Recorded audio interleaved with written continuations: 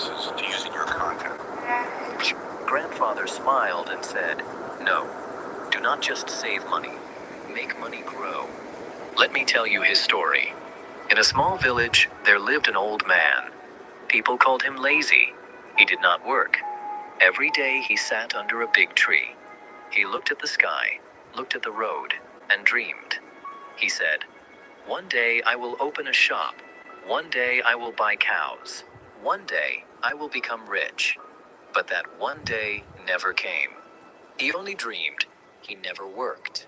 People laughed at him first. Later, they stopped laughing. They only felt sad for him. His wife worked in the house. She cooked, washed, cleaned, and tried to take care of the family. One evening, she said to him gently, "Dreams are beautiful, but dreams cannot fill the stomach. We need money. We need work." The old man only nodded and said, "Someday, someday I will find a way." Days passed. Months passed. Years passed. Life became hard. Food was less. Money was almost gone. One night, the old man's little grandson came to him. The boy was barefoot. He was thin and hungry. He asked very softly, "Grandpa, do we have bread?" The grandmother opened the cupboard. It was empty. No bread, no rice, nothing. The old man felt pain in his heart. He looked at the boy and felt tears in his eyes. He understood something that night. Dreams are good, but dreams alone do not feed a family. He could not sleep. He turned in bed again and again. His stomach was empty. His mind was heavy. In the morning, he did something he never did before. He went out to find work. He became a field worker. The sun was hot. The land was dry. He worked for long hours. He lifted heavy tools. His back hurt.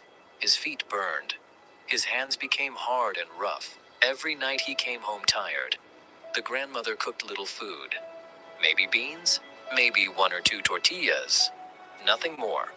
The grandson asked, "Grandpa, what did you get today?" He showed his small earnings. It is little, but it is something. But soon he understood something sad. Money came, money went, food finished, medicine finished, bills finished. But problems stayed. The roof still leaked. The family was still hungry. Saving money looked impossible. One day at the village store, the old man heard men talking. One man said loudly, "The secret is saving money. When you save, you are safe." These words stayed in the old man's mind. That night, he found a glass jar. He hid it under the bed. Every week, he put a few coins inside. Clink, clink. The sound made him happy. He felt hope. The grandson found the jar one day and asked, "What is this, Grandpa?" The old man smiled and said, "This is our tomorrow."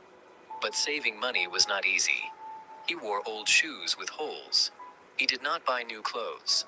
They ate less food. Sometimes plates were almost empty. Still, he saved coins. The grandmother asked, "What is the use of money when we stay hungry?" He said only, "One day you will understand." Months passed. The jar became full. The old man was proud. He felt safe. He felt ready for the future. One day they went to the market. He placed the jar money on the table and said, "I want 3 sacks of corn." The shopkeeper counted the money. He shook his head and said, "Prices went up. This money buys only 1.5 sacks." The old man was shocked. Money lost value.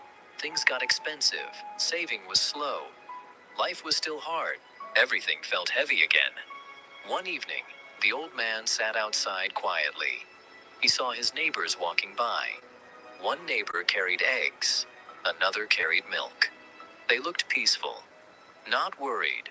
Not afraid. Then he remembered something. A small idea. Very small. But ideas are seeds. He looked at his grandson and asked, "What if we buy chickens?" This time he did not wait for someday. This time he acted.